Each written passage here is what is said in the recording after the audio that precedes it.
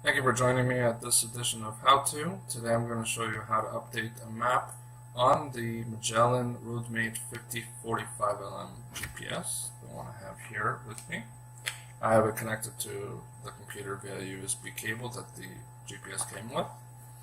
If you do not have the cable it came with, I'll show you in the description on the bottom of the video which cable you can purchase to connect to your GPS.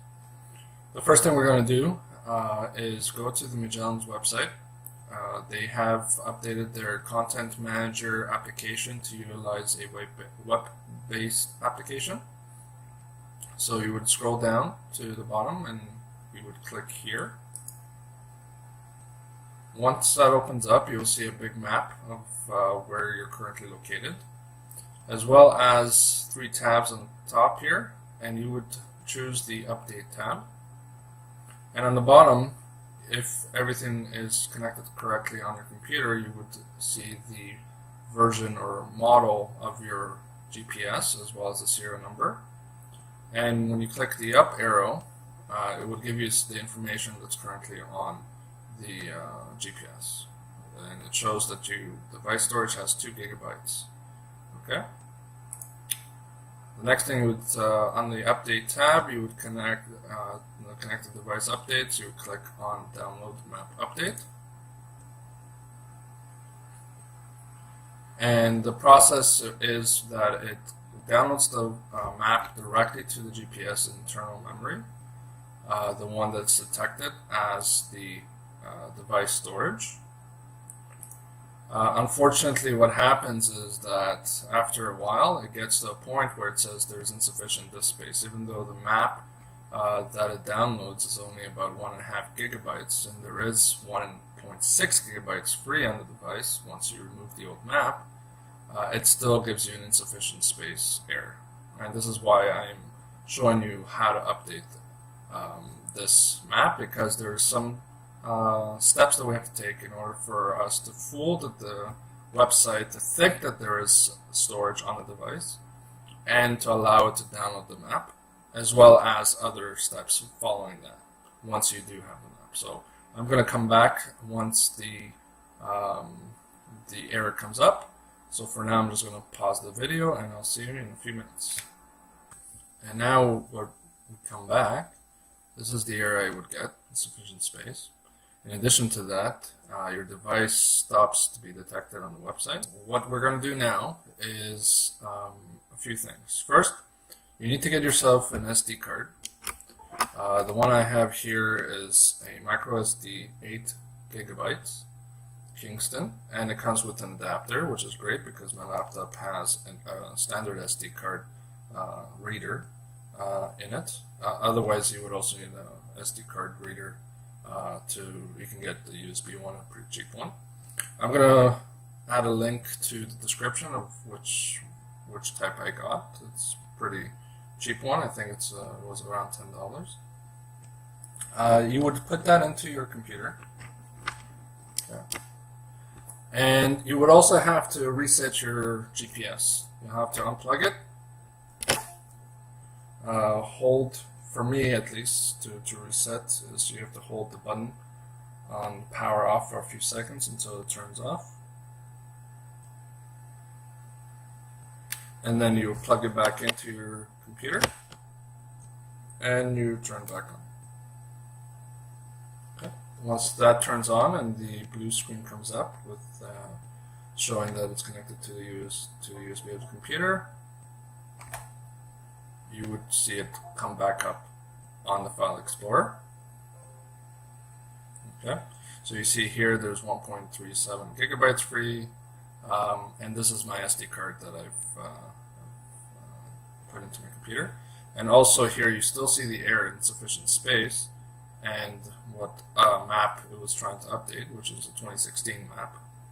And it shows that I have the GPS connected.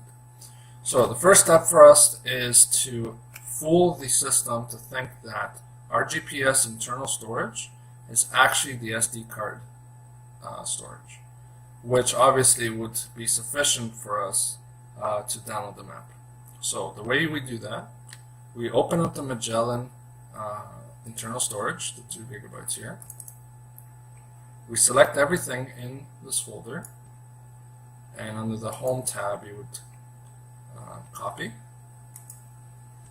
and then you go to your SD card and you would paste. Okay, so this is now done. All the files that I've had on the Magellan GPS is on my SD card. Next step is for us to format the GPS, the Magellan drive, which is the GPS. We're going to format it. Just choose the defaults, which is FAT32, whatever the unit size is, and you can change the label, but I just kept it the default, which is Magellan, and quick format because I don't want to wait 5 minutes until it's done. So I click Start, press OK, and it should take a few seconds. Okay. Now we close this. Now what we're going to do is we're going to take out the SD card from our computer and take the micro SD card and put it into our GPS, which in my case it's on the bottom. There's a slot here for the SD card.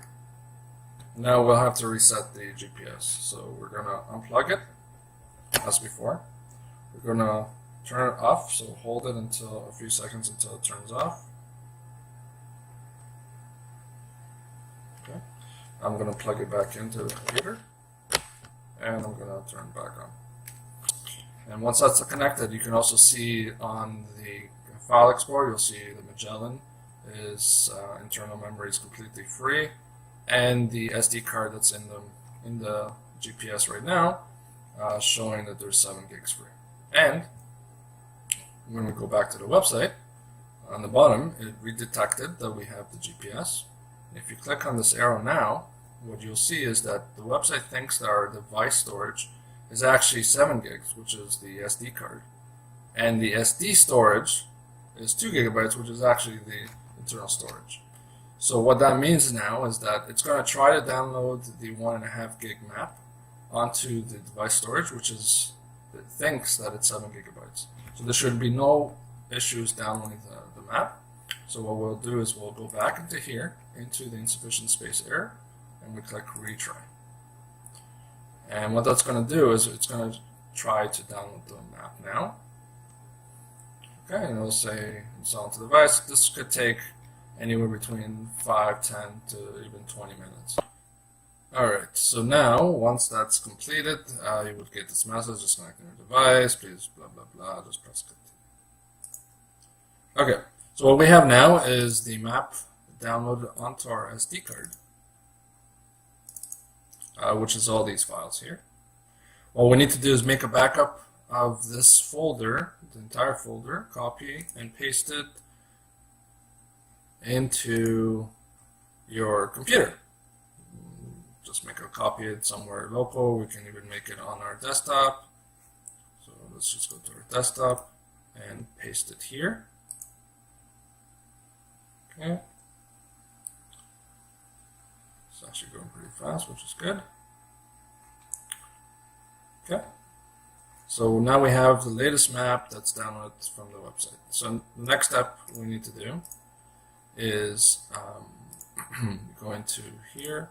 We need to put our GPS back in order. So the way we do that is we're going to repurpose the SD card. We're going to pop it back into our computer, which I'm going to do right now. And there it is. And we're going to format it. Okay. Again, the default FAT32. Don't need a label. Just press start. Quick format. So it'll take a few seconds. Okay, and that's done.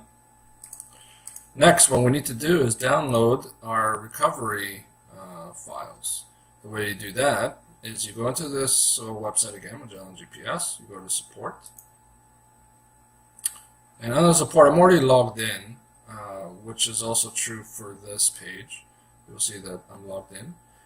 You do need to register and create a login before you do any of our steps. And then once you log in, you can go into the support of your device. You choose your model here, And under there, most of the models, some might not have it, you would see a recovery tool link. You click that, and you click download. And again, you click recovery file download. And you may have to click it again. And it will start downloading. And I've already downloaded and extracted it. And you go into the folder.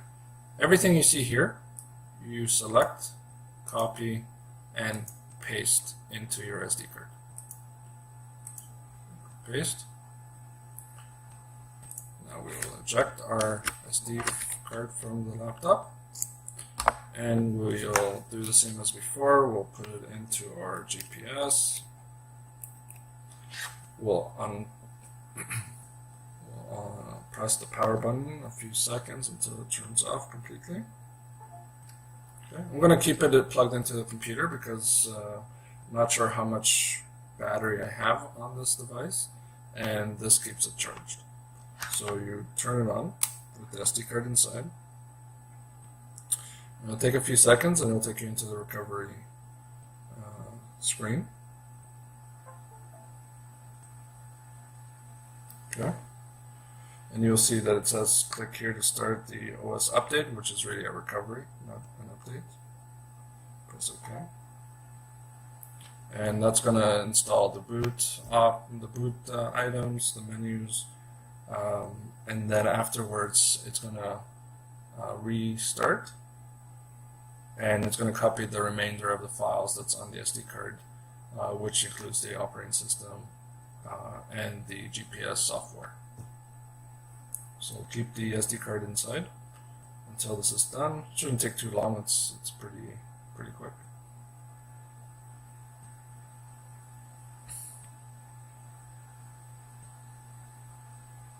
Okay, it says here that the update is done. Please reset your device. So again, you just click reset. For me, it's you hold it for a few seconds, does the hard reset, and press it again to start it up. Okay. It's gonna, I think the first step is to calibrate the touch screen.